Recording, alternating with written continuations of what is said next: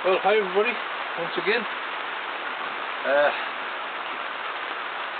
No prizes for guessing what that sound is. Of course, you might know it's rain again. Here in the northeast, we've had a real day of it, real heavy showers and cold with it. But as I was saying the other day, we needed it for the garden, so everything's really getting a good soaking. I managed to get 30 of my baskets done, and they're sitting outside now, well chopped. And they're getting a really good soaking out in this, as I say, the nice rain. So job tonight is the winter cabbage, and it's a nice, good selection here. These are the ball type. I love growing these. You can do a minimum spacing on these. I like them about 8 to 9 inches, and then, as I say, use domino fashion, double over the rows, close spacing, so when they grow, they block out all the soil, and it helps with our weeds, keeps the weeds down. So they'll be going in tomorrow alongside the tomatoes. We've still got a row of Ailsa Craig in here, and they've got some lovely tomatoes on. So the last thing I want to do is to start looking them out. These cabbage here are the ones that I seeded about 6 weeks ago. They're a beautiful plant, and these are the January Kings. A lot of people say, well, it's a waste of time putting cabbages in a greenhouse or a polytunnel. I disagree. I grow them every year. This bit of land here was taken up by a couple of rows of peppers and chilies. So what we've done, we've taken it out. We haven't put nothing else in it. The leaf mould that was around the tomatoes, we've pulled it over, turned it all in, loosened it up, not too much, because as I say, cabbages like a good solid soil to go into, and a good firm soil. As I say, these are January Kings, so I'm going to put a couple of rows of these in tonight, and as I say, we'll get them set away, and hopefully by January we should get a good, nice cabbage out of them.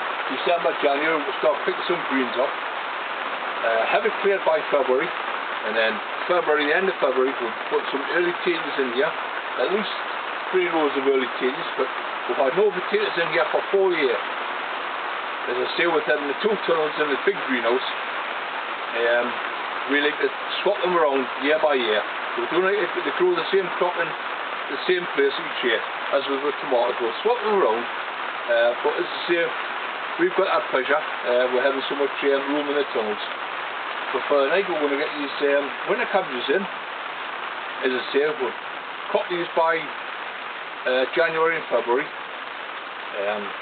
Give it time to get a couple of rows of nice early potatoes in, and then once the potatoes come out, we can get another row of tomatoes down this back end here. Well, there's been no tomatoes for 3 years, so we can get a row down there, and we'll get a couple of rows of chilies and peppers at the back of there. So I'm really looking at each year. I'm looking at 3 years ahead, at least 2 seasons. What's going in, what you can take out, and how you treat your soil. As I say, these are going now, and the only thing they'll get now is a handful of Epsom salts.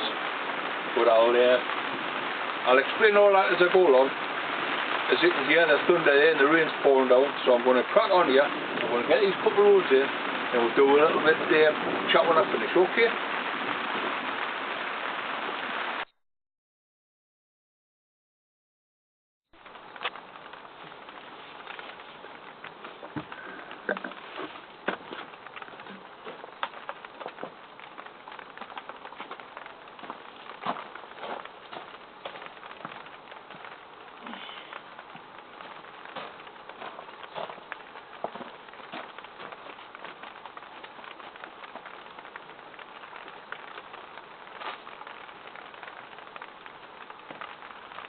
Well, welcome back again, and believe it or not, the rain's still coming down, so I've been busy here for the last half hour, just trying to get these cabbages in. As I say, these are the January Kings. They're nice, solid winter cabbage, and I think he's just letting the sun great to the cool greenhouse now. As I say, temperatures are really dropping of the night time now here in the northeast, so I think these will just grow well away in here. Just comfortable, not too hot. There's plenty of fresh air gets let through here. This is one of the cooler tunnels. As I say, we've got plenty of ventilation, And all I like to do is just nice and firm, get these cabbages well firmed in, well down. As you see, they're quite tall, so I like to firm them in right up to their leaves, don't do them any harm, and just go around them and give them a nice tightening in. And that's I'm well pleased with them. There's a good 3 dozen in there now. Only one last little job to do. Of course, as I say, we didn't put anything in the trenches. I scattered a little bit of lime over, and that was all. Brought all the mulch that was around the tomatoes, the leaves that were put on. We do that every year, put a good mulch on the tomatoes. I pulled them across and just lightly turned them in into the top of the soil, nothing else. And underneath it's nice and firm, so when the cabbages are going in, they're going into a nice firm soil. It's nice and damp underneath, so I'm well pleased with that. And as I say, my last job now is a sprinkling all the way around with Epsom salts. We're going to do 2 things. One, it's going to keep any snails or bugs that want to creep across and start eating the cabbages at the time of the year. They're getting a bit peckish. I'm trying to get inside where it's a bit warmer. They hate going across that, they hate travelling over salts, and they'll keep well away from it. And 2, it's going to feed the plants. Bit of magnesium, as I've said through the year, Epsom salts is one of the great plant feeds. I use that on my tomatoes, I use that on peppers. There's quite lots of plants in the grow-out garden you can use it on. It's got multiple uses, and you can find it's pretty cheap. Try not to get any in the plants, and if you are watering, you're not going to burn them, as I say. It's just a matter of just a good sprinkling all around the plants.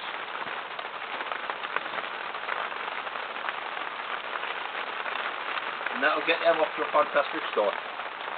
And they will look forward to a nice cabbage in late December, early January, and then right through into February.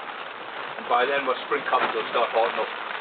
So there again, we're travelling on, or we're trying to get cabbage right through the year. We don't like wasting any space. I hate to see land going to waste, just lying idle, just for to create weeds. So this is our way of getting around it. As I say, winter cabbage.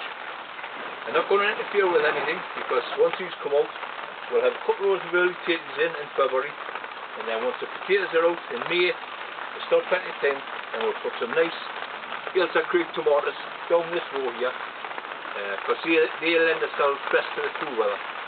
Cool conditions. They're a fantastic British tomato, Ailsa Creek. I grow them every year, and as I say, there's plenty on them, so I didn't want to disturb them. All I've got left to do is to put a couple of rows of ball cabbages, once again, winter ball. We'll go down there, and the other side of the tomatoes, we'll not have to shift the tomatoes, we'll leave them where they are, it's no problem, it's not going to affect them. Once the tomato plant's finished, all I'll do is I'll nip it down from about 4 inches above the soil, the root, and just take the whole plant out, leaving the cabbage undisturbed. So that's my job tonight anyway. I'm going to finish off this row here, go down with some salts, and then give them a good water in, and they'll be as happy as Larry. I've got a couple of jobs to do down the bottom tunnel. I want to get the chrysanthemums sorted out, so I've got some lovely blooms coming on. So no doubt, once I get the cabbages finished, I might have time to pull a few of the plants out, and I'll let you show you how we're getting on with them. Okay? But for the time being, we'll catch you soon.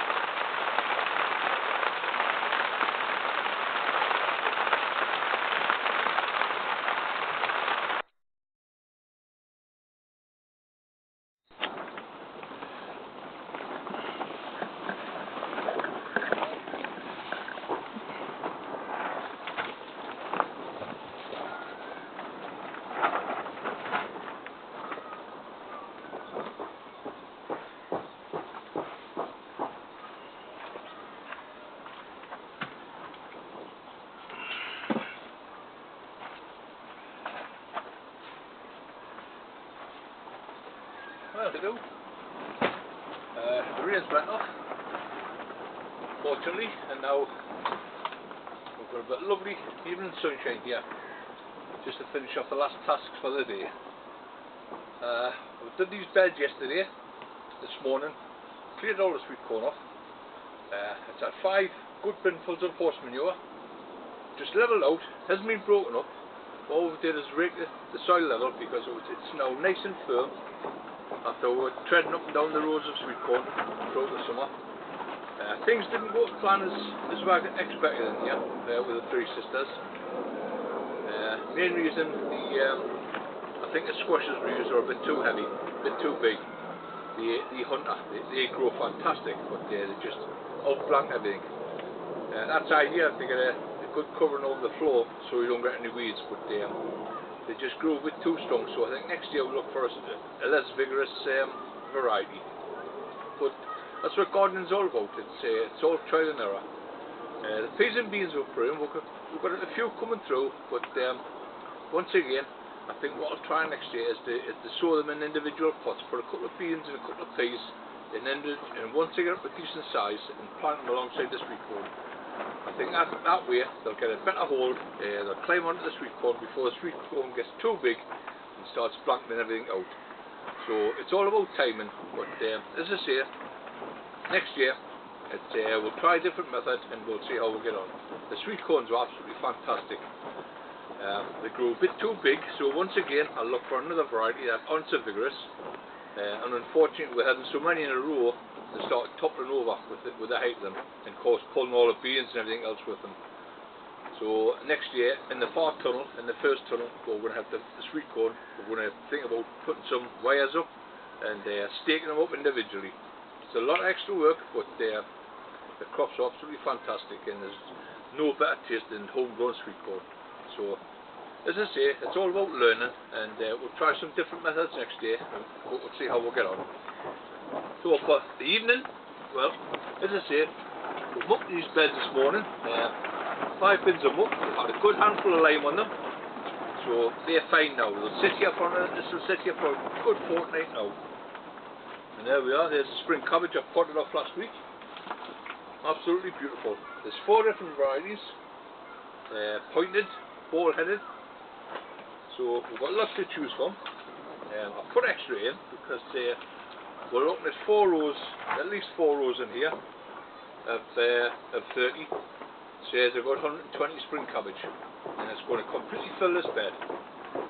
Rather than see the bed go to waste over the winter, we'd rather have something in it. And as I've said in other videos, if you don't put nothing in, you'll not get nothing out.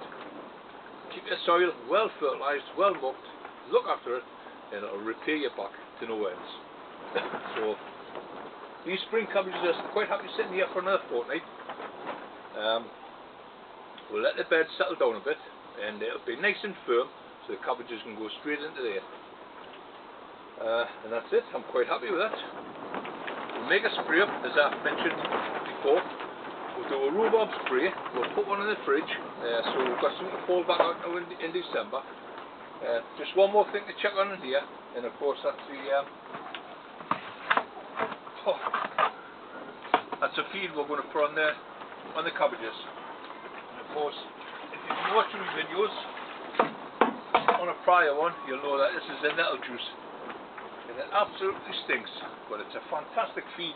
It's full of nitrogen and it's free, and that's what my cabbages will be getting a feed of in about January and February.